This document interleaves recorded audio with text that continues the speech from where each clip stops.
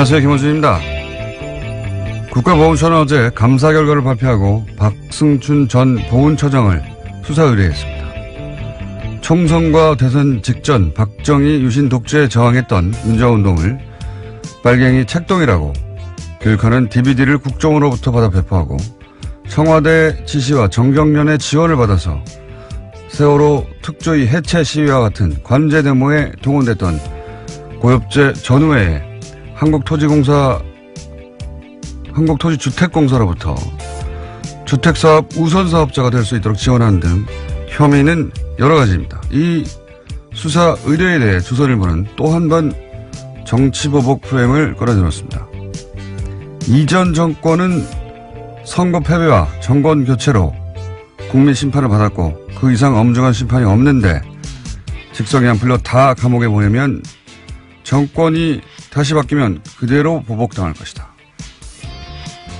조선일보 이야기입니다. 조선일보는 엄정한 법 집행과 법 질서 확립을 주장하는 무수한 사설을 그동안 써왔는데 정작 보수가 그 엄정한 법 집행의 대상이 되자 갑자기 봐줘야 한다는 거죠.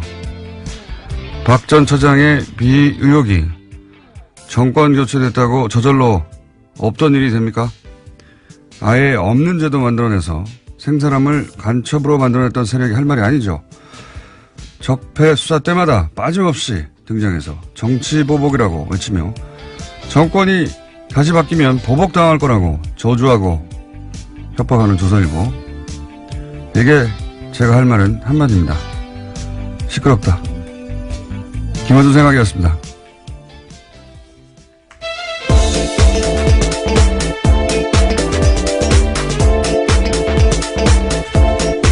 시사인의 김은지입니다.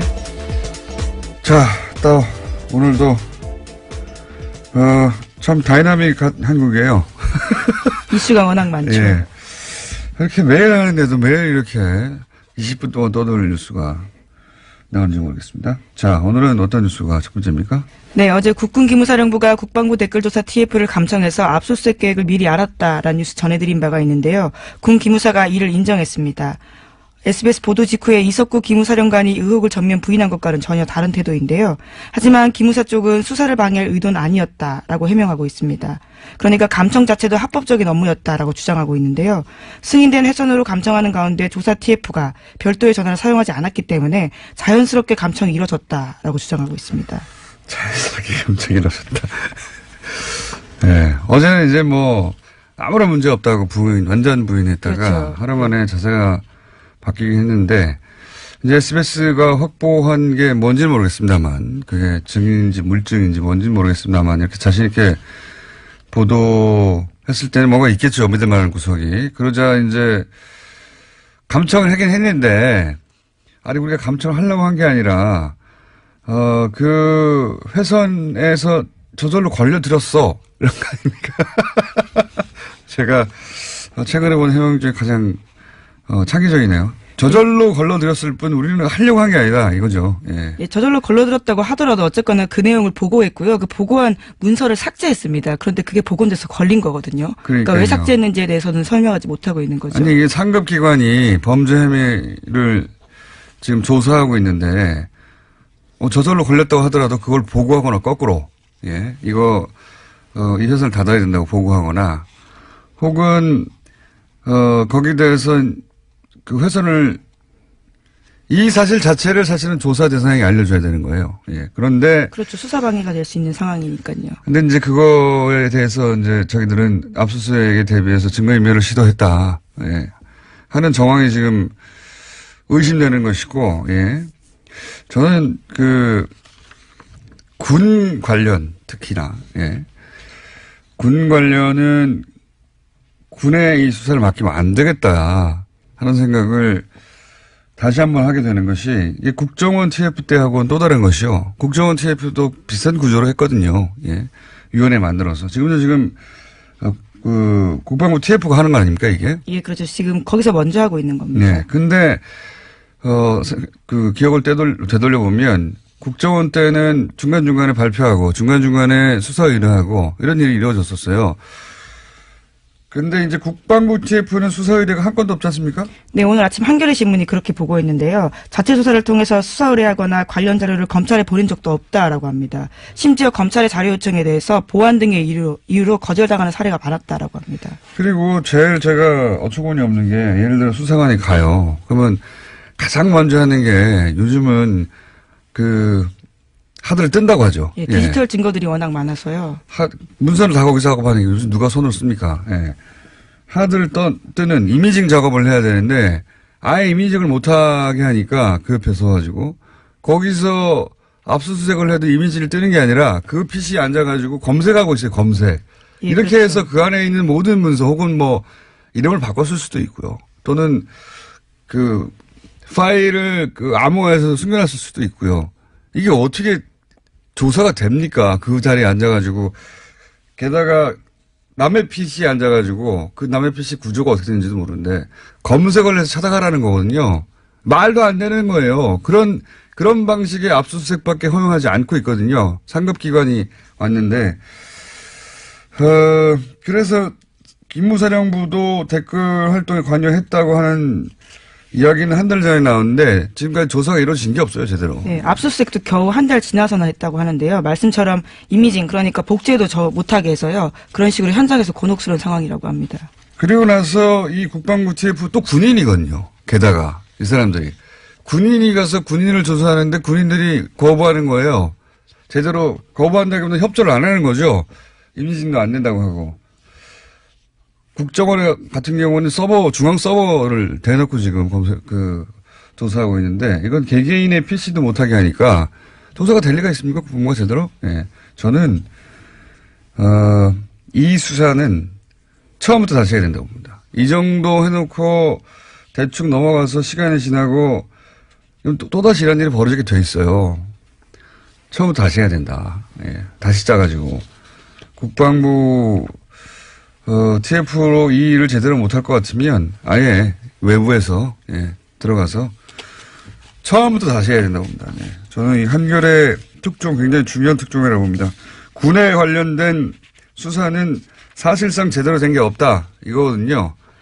예. 그리고 국정원에서 가짜 사무실 만들어서 방해하던 것 이상이죠. 예.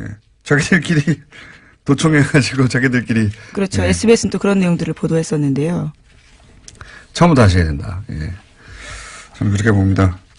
게다가 지금까지 수사 의뢰도 없고요. 예. 이미징도 안 되고. 예. 완전 개판이에요. 수사가.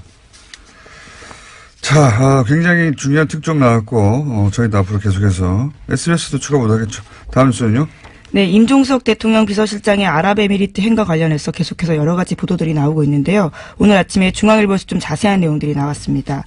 UAE 왕세자가 날짜를 지정하면서 요청돼서 결정된 일정이다라고 여권 핵심 인사가 밝혔다라는 건데요. 이 인사의 발언을 인용한 보도를 보면요. 특사 파견은 왕세자의 요청에 따른 것으로 방문 날짜도 아랍에미리트 측에서 정해준 일정에 맞추다 보니까 급하게 진행됐다라고 밝히고 있고요. 양국 간의 시급한 관계 개선이 주목적이었다라고 말하고 있습니다. 처음으로 좀 구체적인 여러 가지 설들이 나오다가 이건 이제 양 국가 간의 외교적 차원에서 벌어진 일이기 때문에 그 자리에 참석하지 않은 사람들은 알 수가 없어서 추측 보도만 나오다가 좀 구체적인 내용이 처음으로 나왔네요. 예. 이게 이제 자유한국당에서는 처음부터 임종석 비서실장이 아랍에미레이트로 날아간 직후부터 계속해서 이게 바로 이명박 전 대통령 뒤를 캐려고 하다가 이런 일이 벌어진 게 아니냐, 혹은 뒤를 캐러 간 거 아니냐, 예. 그런 얘기를 끊임없이 주장을 했었죠, 예. 근데 여기 지금까지 나온 보도로 보면, 거꾸로 UAE 측 요구로 갔다. 급하게 일정을 잡아서 갔고, 그리고 주 목적은 양국 간의 시급한 관계 개선이다. 이렇게 나오고 있는데, 이 이상은 이제 적어도 왕세제를 만나고 왔기 때문에 우리 쪽에서는 대통령 비서실장이 갔고 외교 차원에서 벌어진 일이라 더 이상 청와대에서는 뭐가 안 나올 것 같은데요. 제가 나름대로 또 취재한 바로는 저도 가끔 취재를 합니다. 나름대로 취재한 바로는 이명박 전 대통령 뒤를 캐기 위해서 왕실로 간 거 아니냐. 그러다가 발각돼서 간 거 아니냐. 라는 자유한국당의 주장이 있지 않습니까? 예, 계속 그런 주장을 하고 있습니다. 자유한국당은 처음부터 이 프레임을 잡았어요. 그러니까 정치보복 프레임이죠, 이것도. 예, 정치보복 하려고 하다가 지금 외교 관계까지 지금 탈난 거 아니냐. 이런 정치보복 프레임을 동원했는데 여기서 주목할 것이 두 가지입니다. 하나는 해명 중에 보면, 이명박 정부 때 이제 UA하고 관계가 원전 때문에, 긴밀해졌지 않습니까? 그런데 박근혜 정부 들어와서는 UA 쪽에서 예를 들어서 고위급 인사가 와서 현역 때 만났던 그러니까 이명박 전 대통령을 만나려고 해도 박근혜 정부 시절에는 일정을 안 잡아줬대요. 안 잡아주고 대신 현 정부의 총리를 만나고 가라. 당시 현 정부라면 박근혜 정부. 당시, 예, 박근혜 정부의 그런 식으로, UAE와 관계가 소원해졌다고 해요. 예. 거기까지 제가 들은 이야기고. 그러면 이번에는 왜 갑자기 가느냐. 저쪽의 요구에 따라. 그거는 결정적인 사건이 뭐였냐면 이명박 전 대통령이 갑자기 바레인에 가잖아요. 네, 그랬죠. 12월 달에. 굉장히 시급한 상황이었는데, 시급한 상황이었다는 거는 다스는 누구 겁니까가 폭발적으로, 예, 보도되고 할 때였는데, 바레인에 뜬금없이 강연을 간다고 하셨죠? 예. 그 이후로 UAE가 갑자기 여러 가지, 항의를 현 정부에 했다. 이명박 전 대통령이 바레인에 갔을 때, 그러니까 정치 보복을 하다가 UAE가, 관계가 나빠진 게 아니라, 이명박 전 대통령이 바레인에 갔을 당시에 무슨 일이 일어났다. 이거는 제가, 전후 사정을 취합하다가, 저의 추정입니다. 이것도 역시 참석해 보지 않았기 때문에 이 고위급의 만남에 이명박 전 대통령이 뭐라고 했어요. 예. 네, 12월 달이 아니고 11월 달에 갔습니다. 제가 네. 날짜를 잘못 말씀드렸는데요. 뭔가 이간질을 했어요. 예. 뭔가 이간질을 가서 하고 그 얘기를 들은 UAE는 이명박 전 대통령의 예를 들어서 다스 관심 없어요. 당연히. 그게 아니라 뭔가 이간질을 한 것 같다. 예. 그리고 그 프레임에 딱 맞춰서 자유한국당이 정치보복이라고, 예. 여기까지가 제가 추정한 겁니다. 뭔가 했습니다. 바레인에 갔을 때. 이건 제가 좀 더 취재해보고, 예. 구체적인 게 있으면 다시 이야기하기로 하고. 여간 언론에서 보도 안 되는 것 중에 하나가 이명박 전 대통령의 바레인 전후에서 이런 일이 갑자기 벌어진 거거든요. 뒤로. 그때 뭘 했어요. 뭘 했어요, 아마. 본인이 살려고 뭘 한 것 같습니다. 자, 다음 순요. 네, 다스 실소유주와 정호용 전 BBK 사건 특별검사에 대한 고발 사건 기억하실 텐데요. 아직 기초조사조차 이루어지지 않았다라고 오늘 아침 한겨레 신문이 보도했습니다. 검찰이 고발장 접수 뒤 2주가 되도록 고발인 조사조차 하지 않았다라는 건데요. 정호용 전 특검의 공소시효는 2달 남짓 남았다라고 합니다. 이건 하지 않을 수 없어요. 예. 물론 검찰로서는 부담스럽겠죠. 검찰이 주도한 특검이었는데 그때 120억 비자금 나왔는데 심지어는 돌려줬다는 거 아닙니까? 예. 그리고 이 건은 이미 증인도 너무 많고. 그렇죠. 예. 그 당시 사라진 돈과 관련된 계좌로 의심되는 것도 나와버렸고 수사가 반쯤은 언론에 의해서 진행됐어요. 예. 하지 않을 수는 없다고 봅니다. 근데 이제 아직도 고발인 조사조차 하지 않았다고 걱정하는 거죠, 한겨레에는. 예, 시간이 얼마 남지 않았기 때문에 이런 보도가 나오는 것 같습니다. 어쩌면 조용히 하고 있을지도 모르고. 공소시효가 2달, 예, 석 달도 안 되거든요, 이제. 예. 2월 23일까지라고 합니다. 하지 않을 수 없을 거라고 봅니다, 저는. 예. 여하간 아직은 발동이 안 걸리고 있다, 이런 뉴스고요. 다음 뉴스는요? 네, 최순실 씨가 어제 이재용 삼성전자 부회장의 항소심 증인으로 나왔습니다. 그 자리에서 특검팀의 질문에 짜증으로 일관해서요, 재판부의 제지를 받기도 했는데요. 재판부는 최 씨가 특검 질문을 끊고 말을 하면 끝까지 듣고 대답을 해라라는 증언 태도를 질책했습니다. 최 씨가 특검에게 오히려 질문을 할 때에는 오늘은 특검 질문에 증인이 대답하러 나온 자리다라면서 언성을 높이기도 했습니다. 최순실 씨 발언은 전달할 필요가 없어요. 예, 다 부인이거나 말도 안 되기 때문에 그 공판에서 인정은 딱 하나죠. 왜냐하면 통화 내용이 있기 때문에. 네, 박근혜 전 대통령과 통화한 내용이요. 예. 근데 이제 거기 보면 2개월치밖에 거기는 없는데 어제 제출된 것은 거기 보면 2개월 동안 문자를 한 번도 하지 않고 오로지 통화만 260번 가까이 했습니다. 260번 가까이.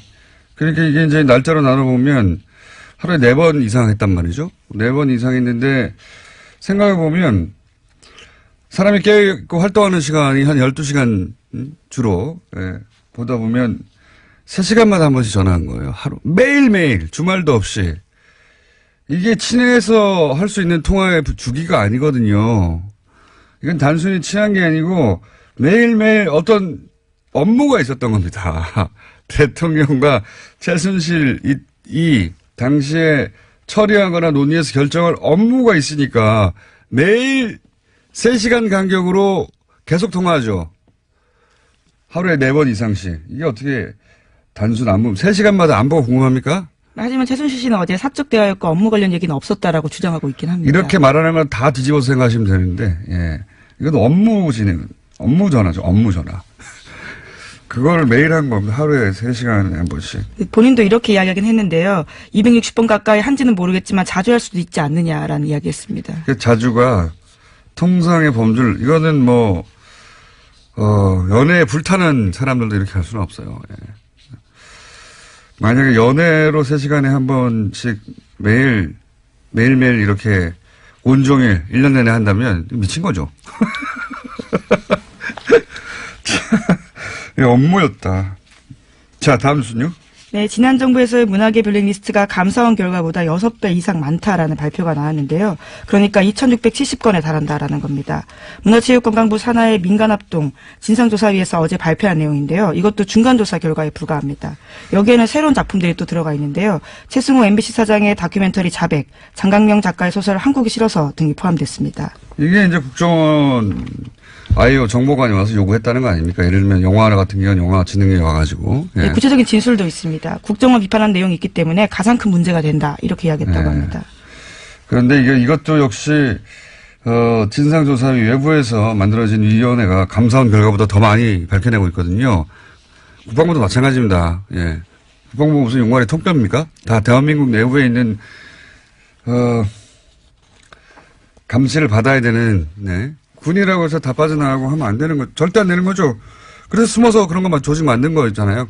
거기가 안에 숨겨가지고 군에 그 특성을 이용해서 처음부터 다시 시작해야 돼요. 네. 어쨌든 감사원 감사 결과보다 몇 배나 많은 숫자가 있더라. 예, 국정원이 그렇게 했다. 뉴스고요. 예. 자, 시간이 별로 없기 때문에 리얼도 있고, 자. 네, 제목만 말씀드릴까요? 제목만 해도 우리가 제목만 말하고 끝나진 않잖아요. 네. 잘 골라서 예. 하나 두 개 정도 얘기해 주세요. 네, 삼성 이건희 회장의 차명 계좌에 대해 과세해야 한다는 정부의 자문기구 결정이 나왔는데요. 삼성 특검 수사에서 드러난 차명 계좌 양만 4조가 넘습니다. 이에 대해서 처음으로요, 정부가 이것을 과세해야 된다라고 밝힌 겁니다. 이것도 위원회예요. 그렇죠. 금융위는 사실상 삼상편이었거든요. 예. 과세의 액수가 결국 금융위의 주장대로 하자면 얼마 되지도 않는 4조 4천억 전체 대상이 아니라 이었는데 역시 여기도 마찬가지로 외부 금융위가 그거 아니다. 자문기구죠, 자문기구. 예, 정부 자문기구인데요. 금융행정혁신위원회에서 결정했습니다. 위원회, 금융위는 당국은, 정부 당국은, 금융당국은 삼성편의 결정에 가깝게 했다면 위원회가 나서서 그거 아니지 않냐고, 예. 국방부 다시 해야 된다니까요, 이런 식으로. 예. 그래서 삼성에 대해서 제대로 과세하라는 위원회 결정이, 권고사항이 나왔고요. 예. 하나만 더 하면, 네, 바른정당과 합당을 추진하는 국민의당 그거요? 안철수 대표가 어제 긴급 기자회견했습니다. 연말까지 전체 당원 투표로 합당 여부를 결정하자라고 제안했고요. 부결되면 당대표에서 물러나겠다라고 밝혔습니다. 그렇군요. 이건 저희가 이제 2부, 3부 연속으로 인터뷰가 있기 때문에 구체적인 내용은 뭐 각자 찬성파와 반대파 얘기를 들어보면 될 것 같은데, 근데 이제 이 보도를 하면서 이 합당 시도죠, 사실은. 예. 이 통합은 원래 같이 있다가 헤어졌다가 다시 만날 때 그런 표현을 쓰는 게 적합한 것 같고, 이건 서로 완전히 다른 당이 합당하는 거죠. 합당 시도라고 보는데, 저는 이 합당 시도의 성격 규정을 안 해줘서 저 나름대로 성격 규정을 해보자면, 성격 규정이 제일 중요한 것 같은데, 이거는 보수 재편이죠. 보수 재편. 보수를 재편하고자 하는 큰 프로젝트의 첫 부분이 실행되고 있다. 저는 그렇게 성격 규정하는데, 왜냐하면 국민 바른 각각 39석, 11석 합치자, 그런 당대당 합당 시도, 그런 계획이라면 이렇게 안 하죠. 왜냐하면 보통 합당은 몸집 부풀리기거든요. 예. 근데 11석, 39석이 지금같이 진행돼서는 그대로 유지되기 어렵단 말이죠. 오히려 거꾸로 당이 쪼그라들 수도 있어요. 합당을 해놓고 원래 당보다 숫자가 줄어들면 합당할 이유가 없잖아요. 그러니까 이건 당대당 합당의 차원에서 보면 안 되고, 그렇게 해서 그리고 있는 목적하는 뭐가 뭐냐. 보수 재편이라고 하는 큰 프로젝트의 일환인데, 여기서 이제 중요한 건 안철수 대표 혼자서 그런 큰 프로젝트를 다 할 수 있느냐? 없거든요. 당연히. 사실은 그런 큰 프로젝트에 포함될 사람, 저쪽에서도 유사한 그림을 그리는 사람들이 있고, 그 이해하고 안철수 대표 이해가 맞아떨어진 거다. 정치가 혼자 되는 게 아니기 때문에. 그런 관점에서 이 시도를 봐야 한다. 뭐, 정치에서 만나고 헤어지는 건 다반사인데, 이 만남과 헤어짐의 성격은 그렇게 보수 재편이라고 하는 프로젝트에 안철수 대표와 또 저쪽에서 그런 시도를 하는 사람들이 있겠죠. 이해가 맞아떨어진 것이다. 그리고 이 합당 시도를 그래서 어떤 프레임으로 보수가 보도하느냐를 보면, 뭐랄까요. 이 합당 시도의 성격 규정을 다시 한번 할 수 있어요. 원래 프레임이라는 게 단어 선택부터 시작되는 거거든요. 서민 행보 홍밥이라고 하면 딱 프레임이 잡히는 거잖아요. 근데 이 합당 시도를 대단히 여러 가지 단어로 보도할 수 있습니다. 예를 들어서 무리수, 강행, 또는 파국, 뭐 이렇게 보도할 수도 있고요. 지금 대부분은 정면 돌파, 승무수 이렇게 보도하거든요. 예. 사실은 단어 선택부터 안철수, 보수 매체들이 특히 안철수 대표의 선택을 긍정적으로, 긍정적인 언어로 보도하죠. 예. 얼마든지 정반대로 보도할 수 있습니다. 문재인 대통령이 야당 반대하는 인사를 임면할 때 대통령 임명권임에도 불구하고 어떻게 보도했습니까? 강행이라고 보도하죠. 정면 돌파라고 보도하는 언론 찾아보세요. 없어요. 강행이라고 했지. 여기 강행의 뉘앙스는 부정적이거든요. 이 시도도 그렇게 부정적으로 보도할 수도 있는데 정면 승부 아니에요, 지금. 의원총회도 안 나가잖아요. 정면 승부 아닌데 그 자체가 프레임이에요. 옳다 그러다가 아니라 어떻게 각 진영의 이해가 반영되느냐 하는 관점에서 보면 이 시도의 밑그림, 진짜 규정, 성격 같은 걸 규정할 수 있는데 저는 그래서 보수 재편의 시도다, 재편의 시도다. 그렇게 성격 규정하는 게 맞다. 라고 저는 봅니다. 여기까지 하겠습니다. 네. 지금까지 시사인 김은지였습니다. 감사합니다. 네, 바로 이어서 목요일은 항상 준비된 리얼미터. 자, 리얼미터 권순정 조사분석실장 나오셨습니다. 안녕하십니까? 안녕하십니까? 자, 지난주 이후로 큰 이벤트가 있었습니다. 중국을 방문했던. 이 중국을, 일단 제가 이거 말씀하시기 전에 중국 방문 직전부터 방중 기간 동안, 보수 모체 중심의 이제 폭탄, 보도가 있어요. 이례적인 부정적인 보도가 집중되어 있었습니다. 대통령, 이제 여론조사 기관에 계시니까 잘 아시겠지만 대통령 순방은 무조건 긍정적인 효과를 냅니다. 네. 예. 뭐 자연스럽잖아요. 국내 시끄러운 정치 현안을 떠나가지고 네. 해외에 가가지고 좋은 그림 막 나오고 대통령끼리 만나고 밥 맛있는 거 먹는 네. 것 같고. 그래서 거의 요번에 엇나간 게 네. 거의 제가 기억하기로는 요번에 거의 처음이 아닌가. 제가 알기로도 어제도 한번 말씀드린 것 같은데 대통령 순방이 거꾸로 부정적인 영향 여론에 낸 것은 제가 기억하기로는 처음이에요. 근데 이제 그게 그래서 제가 계속 악의적으로 했는데 순방 첫날부터 계속해서 부정적인 보도만 쏟아냈거든요. 보수 매체에서 혼밥 이거 시작해가지고 엄청난 숫자의 부정적인 보도, 홀대, 혼밥을 네. 보수 매체가 정말 폭포수 같이 쏟아냈어요. 선전적인 단어 뽑기가 상당히 많이 나온 것 같습니다. 실제 그래서 이제 저는 방중 기간 동안은 뭐가 뭔지 모르는 채 아마 일반인들이 이 혼밥과 홀대 보도를 엄청나게 흠뻑 젖었죠. 예. 종편도 말할 것도 없고요. 그래서 이제 지지율이 실제 타격을 입었죠.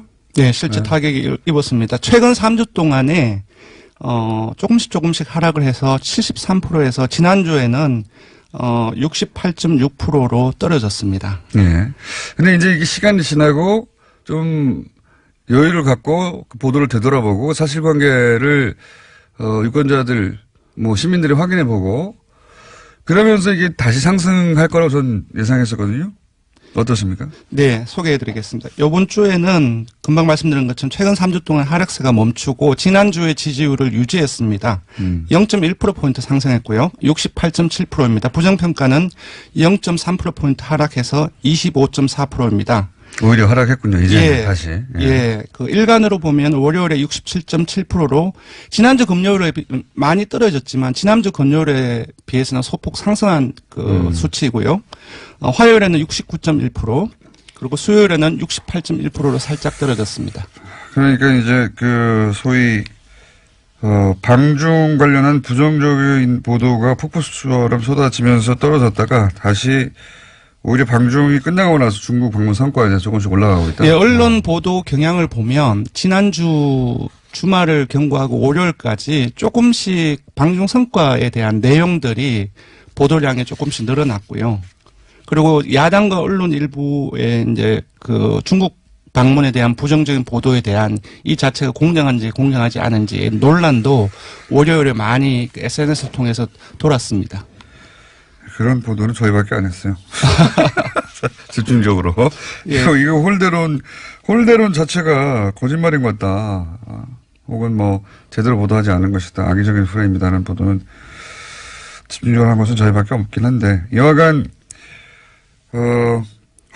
이제 하강 곡선을 그리다가 방중 기간 동안 오히려 이제 방중이 끝난 다음에 조금씩 다시 회복되고 있다 이런 얘기네요. 네, 그렇습니다. 그 화요일에는 이제 평창 동계올림픽 홍보 행사에 거의 하루 정도를 다 빼서 트레인 원이라든지 MBC 미국 MBC 인터뷰 보도라든지 이에 대한 이와 관련한 보도가 상당히 많이 확대되었었고요. 또 어제는 조금 떨어졌는데 오늘 이제 조간에서도 일부 조간 사설에도 일부 나왔던데 평창 올림픽 기간에 한미 연합훈련의 연기 검토한다는 소식이 나왔었죠. 이런 뉴스를 항상 노년층에서 싫어하죠, 보수층에서. 한미연합훈련을, 평창 올림픽 때문에도 연기하자고 해도 무조건 싫어하는 경향이 좀 있습니다. 근데 저는 한편으로 지금까지 현 정부는 2번 정도의 이 보수 진영 매체에 폭탄을 맞았거든요. 한 번은 이제 북핵, 그리고 이번엔 방중, 예.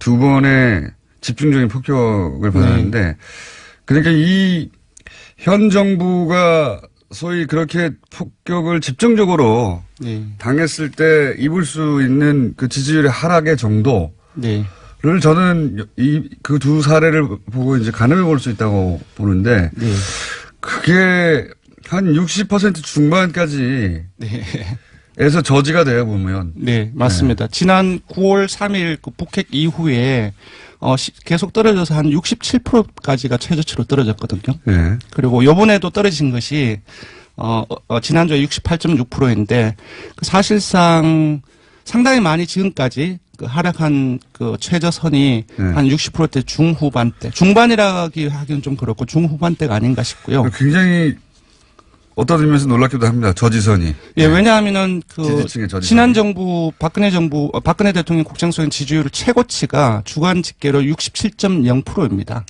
그쪽 그런 것들을 최저치하고 감안을 이쪽 하면 최저치하고 예, 차이는 있지만 그래도 전반적으로 그 최저치하고 지금까지의 최저치보다 이전 정부의 최고치보다 높다는 것은 조금 생각해 볼 부분이 있는 것 같습니다. 지지층을 굉장히 단단하게 결속한다. 왜냐하면은 이런 일이 있으면 다시 또 지지층 결집을 해요. 네. 이탈도 하지만. 네네. 예, 지지층 결집도가. 근데 이번 주 같은 경우는 여전히 이제 대구 경북이나 60대 이상 그리고 안보 문제에 조금 더 강경한 경향을 보이고 있죠. 진보적인 성향을 가지고 있다 할지라도 20대에도 빠졌고. 예. 근데 하지만 이제 세부 분석을 해 보니까 문 대통령의 그 핵심 지지층은 민주당 지지층이나 19대 대선에서 그 문재인 대통령을 찍었던 사람들이거든요. 이쪽에서의 지지율은 거의 변동이 없거나 그리고 이번 주 민주당 지지층에서는 오히려 소폭 올랐습니다. 그래서 뭐 결집세를 역결집을 보이고 있다라고는 분석하기는 좀 힘들지만 이러한 어떤 부정적인 보도가 확대되는 과정 속에서도 핵심 지지층은 거의 변화가 없다라고 볼 수 있을 것 같습니다. 이게 이제 보수층에서 그 보수 세력에서 이제 공략하기 굉장히 어려운 포인트가 이런 거죠. 그렇습니다. 예. 그러니까 분명히 폭탄을 쓸 수 있는 걸 다 썼는데 예, 더 이상 하락하지 않는 거. 왜냐하면 핵심 지지층의 전체적인 어떤 규모가 상당히 이제 넓다는 거죠. 그렇기 때문에 전체 지지율도 이런 상황에서도 많이 빠지지 않는 것 같습니다. 자, 정당 지지율은 수치만 간단하게 짚고요. 매번 뭐 0점 몇 이런 수준이기 때문에. 예, 정당 지지율은 원내 주요 정당, 그러니까 4당이 정의당을 제외하고 일제히 하락세를 보였습니다. 수치를 알려드리면 민주당은 0.8%포인트 하락해서 51.1%이고요. 한국당은 지난 3주 동안에 조금씩 올랐는데 이번에는 0.2%포인트 하락해서 18.5%입니다. 정의당은 이제 계속 그 최하위를 하다가 이번에는 상당폭 올랐다고 볼 수 있을 것 같습니다. 왜냐 지지율이 워낙 낮았기 때문에 2.1%포인트 상승해서 6%를 기록했습니다. 바른정당은 0.7%포인트 하락했고 5.1%입니다. 2주째 내림세를 보이고 있고요. 국민의당은 호남에서 7.5%를 기록했습니다. 그러니까 11월 2주차에 약 호남에서 6주 전에 7.4%를 기록해서 전체 국민의당 창당 이후에 호남에서 최저치를 경신을 했거든요. 그때와 비슷한 수치로 하락을 한 것입니다. 그리고 다시 4%대로 하락을 해서 4.9%를 기록했습니다. 아무래도 현재 지금 당내 상황이 그렇죠. 가장 직접적인 영향을 미친 것으로 보입니다. 그러고 그것마저 알려주마. 네. 오늘은 뭡니까? 네, 이번에는, 아까도 말씀드렸다시피 문 대통령의 중국 방문 전후로 해서, 네. 그 다양한 어떤 언론 보도가 있었는데, 거기에 대한. 악의적인 프레임이라고 제가 계속 주장했던 일주일간 그 내용에 대해서 언론사를 했죠. 예. 질문을 아주 건조하게 물었습니다. 잠깐 읽어드리면, 지난주 문재인 대통령의 중국 방문을 전후한 언론 보도에 대하여 논란이 있습니다. 선생님께서는 문 대통령의 중국 방문 관련 언론 보도에 대해서 어떻게 생각하십니까? 이렇게 물었습니다. 우리 언론이 문 대통령 중국 방문을 어떻게 했느냐. 왜냐하면 질문의 공정성이라는 말이 들어가면 공정성이라는 말 들어갔다는 그 자체로 불공정했나라는 편견을 가지고 싶기 때문에 그냥 아예 질문에서 그런 부분들을 완전히 빼고 다 건조하게 처리를 했습니다. 언론 보도에 대해서 어떻게 생각하느냐. 네, 그렇습니다. 그랬더니 예. 불공정했다라는 응답이 67.9%가 나왔고요. 반면 공정했다는 응답은 20.9%로 3배 이상이 불공정했다는 인식이 많은 것으로 나타났습니다. 사람들도 아는 거예요. 예. 예. 이건 그냥 뉴스공장 청취층을 대상으로 한 게 아니고 그렇습니다. 일반 여론조사를 한 거거든요. 예. 그리고 조금 더 볼 것은 전혀 공정하지 않았다. 그러니까 아주 강하게 불공정성에 대한 비판 의식을 가지고 있는 사람들이 42.4%나 된다는 겁니다. 예. 네, 그렇고 세부적으로 보면 요거는 조금 중의적으로 봐야 되는데요. 자유한국당 지지층이나 보수층 60대 이상, TK, PK, 영남권을 포함해서 모두가 불공정했다라는 인식이 지배적이거든요. 특히 자유한국당을 보면 이건 좀 신기한 일이네요. 예, 왜냐하면 질문을 그 어떤 편향이 들어갈까봐 뺐잖아요. 그런 부분들 어떤 누구에 대한 공정성이 여기서 문제가 되는데 일부 자유한국당 지지층 응답자들은 자유한국당 지지층의 생각 기준으로 해서 응답한 부분들도 배제하기는 힘들다. 그럼에도 불구하고 공정성 논란 이 부분들이 문재인 대통령 청와대 현 정부에 대한 공정성의 논란이 사실상 많이 확대되었기 때문에 수치 자체 전체적인 수치 자체는 조금 낮게 볼 수는 있겠지만 전반적인 경향을 이렇게 봐야 될 것 같습니다. 네, 말이 너무 길어요. 네. 단순하게 합시다. 그러니까 네. 중국 발로 언론 보도가 불공정했다가 67.9%고 공정했다가 20.9%. 네, 그러니까 그렇습니다. 굉장히 이례적인 겁니다. 예. 대통령의 해 순방 관련해서 국민들이 언론 보도를 불공정하다고 느낀다는 게 대단히 이상하고 이례적인 거고요. 그리고 네. 그걸 누군가가 모든 미디어가 우리는 그때 불공정했어라고 보도하지 않는데도 불구하고 불공정했다고 느끼는 거죠. 예. 그렇습니다. 여기까지 하고요. 네, 예. 조사 결과를 불러드리겠습니다. 예. 이번 주중 조사는 TBS 의뢰로 이번 주 월요일부터 수요일까지 조사를 했습니다. 전국 19세 이상 성인 1,508명을 대상으로 했고요. 유무선 전화 면접과 자동응답 혼용 방식으로 실시했습니다. 표본 오차는 95% 신뢰 수준 플러스 마이너스 2.5%포인트, 응답률은 4.3%였습니다. 리얼미터 권순정 조사분석 실장이었습니다. 고맙습니다. 목적은 양국 간의 시급한 관계 개선이다. 이렇게 나오고 있는데 이 이상은 이제 적어도 왕세제를 만나고 왔기 때문에 우리 쪽에서는 대통령 비서실장이 가고 외교 차원에서 벌어진 일이라 더 이상 청와대에서는 뭐가 안 나올 것 같은데요. 제가 나름대로 또 취재한 바로는 저도 가끔 취재를 합니다. 나름대로 취재한 바로는 이명박 전 대통령 뒤를 캐기 위해서 왕실로 간 거 아니냐, 그러다가 발각돼서 간 거 아니냐, 라는 자유한국당의 주장이 있지 않습니까? 예, 계속 그런 주장을 하고 있습니다. 자유한국당은 처음부터 이 프레임을 잡았어요. 그러니까 정치보복 프레임이죠, 이것도. 정치보복 하려고 하다가 지금, 외교 관계까지 지금 탈난 거 아니냐, 이런 정치보복 프레임을 동원했는데, 여기서 주목할 것이 두 가지입니다. 하나는 해명 중에 보면, 이명박 정부 때 이제 UA하고 관계가 원전 때문에, 긴밀해졌지 않습니까? 그런데 박근혜 정부 들어와서는 UA 쪽에서 예를 들어서 고위급 인사가 와서 현역 때 만났던 그러니까 이명박 전 대통령을 만나려고 해도 박근혜 정부 시절에는 일정을 안 잡아줬대요. 안 잡아주고 대신 현 정부의 총리를 만나고 가라. 당시 현 정부라면 박근혜 정부. 당시, 거죠? 박근혜 정부의 그런 식으로, UAE와 관계가 소원해졌다고 해요. 예. 거기까지 제가 들은 이야기고.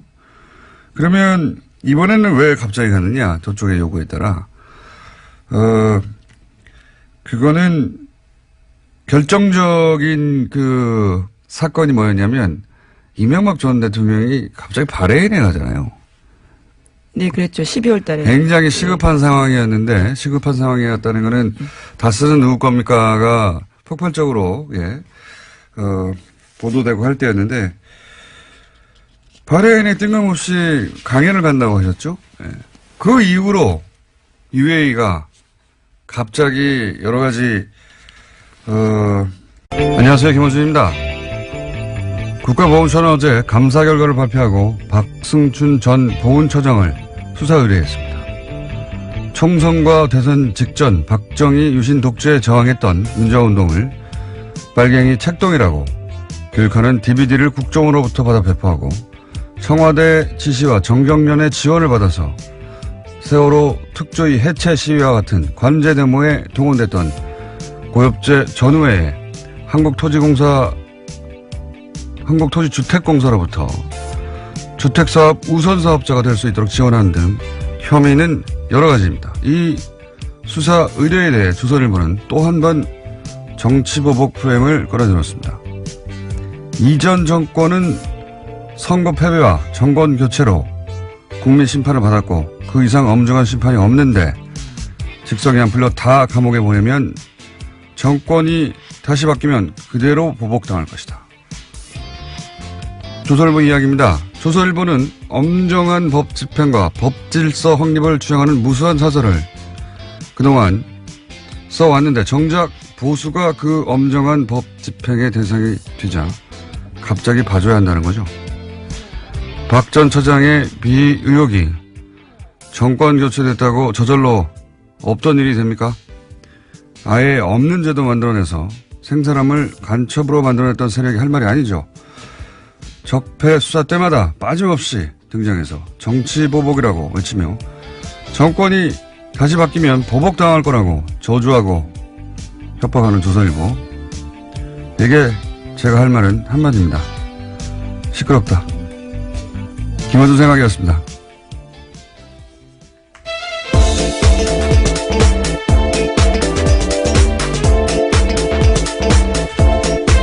시사인의 김은지입니다. 자, 또 오늘도 참 다이나믹한 한국이에요. 이슈가 워낙 많죠. 예. 이렇게 매일 하는데도 매일 이렇게 20분 동안 떠도는 뉴스가 나온지 모르겠습니다. 자, 오늘은 어떤 뉴스가 첫 번째입니까? 네, 어제 국군기무사령부가 짜가지고 국방부 TF로 이 일을 제대로 못할 것 같으면 아예 외부에서 들어가서 처음부터 다시 해야 된다고 봅니다. 네. 저는 이 한결의 특종 굉장히 중요한 특종이라고 봅니다. 군에 관련된 수사는 사실상 제대로 된 게 없다 이거거든요. 예, 그리고 국정원에서 가짜 사무실 만들어서 방해하던 것 이상이죠. 예. 자기들끼리 도청해가지고 자기들끼리. 그렇죠. SBS는 또 그런 내용들을 보도했었는데요. 처음부터 다시 해야 된다. 예. 저는 그렇게 봅니다. 게다가 지금까지 수사 의뢰도 없고요. 예. 이미징도 안 되고 완전 개판이에요. 수사가. 자, 굉장히 중요한 특종 나왔고 저희도 앞으로 계속해서 SBS도 추가 못하겠죠. 다음 주는요? 네, 임종석 대통령 비서실장의 아랍에미리트 행과 관련해서 계속해서 여러 가지 보도들이 나오고 있는데요. 오늘 아침에 중앙일보에서 좀 자세한 내용들이 나왔습니다. UAE 왕세자가 날짜를 지정하면서 요청돼서 결정된 일정이다라고 여권 핵심 인사가 밝혔다라는 건데요. 이 인사의 발언을 인용한 보도를 보면요. 특사 파견은 왕세제의 요청에 따른 것으로 방문 날짜도 아랍에미리트 측에서 정해준 일정에 맞추다 보니까 급하게 진행됐다라고 밝히고 있고요. 양국 간의 시급한 관계 개선이 주목적이었다라고 말하고 있습니다. 처음으로 좀 구체적인 여러 가지 설들이 나오다가 이건 이제 양 국가 간에 외교적 차원에서 벌어진 일이기 때문에 그 자리에 참석하지 않은 사람들은 알 수가 없어서 추측 보도만 나오다가 좀 구체적인 내용이 처음으로 나왔네요. 예. 이게 이제 자유한국당에서는